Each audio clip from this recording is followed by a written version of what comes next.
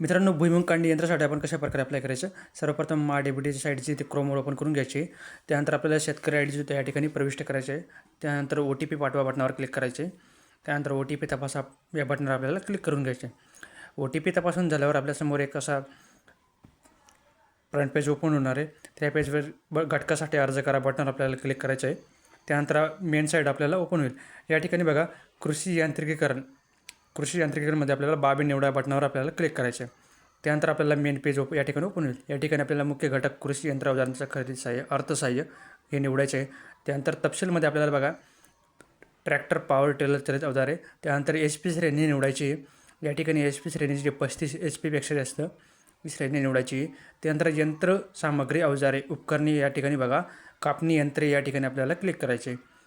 कापणी यंत्रावर सिलेक्ट करायचं या ठिकाणी. त्यानंतर खाली बघा अजून खाली आपल्याला मशीनचा प्रकार आपण या ठिकाणी निवडायचा आहे. तर मशीनचा प्रकार आपल्याला या ठिकाणी खाली यायचं आहे. खाली बघा भुईमुग काढणी यंत्र या ठिकाणी बघा भुईमुग काढणी यंत्र या बटनावर आपल्याला क्लिक करायचे. त्यानंतर भुईमुग काढणी सिलेक्ट केल्यानंतर खाली बघा दोघं चेक बॉक्समध्ये डिक्लेरेशन फॉर्मवर आपल्याला क्लिक करायचे आणि जतन करा बटनावर क्लिक करून घ्यायचे.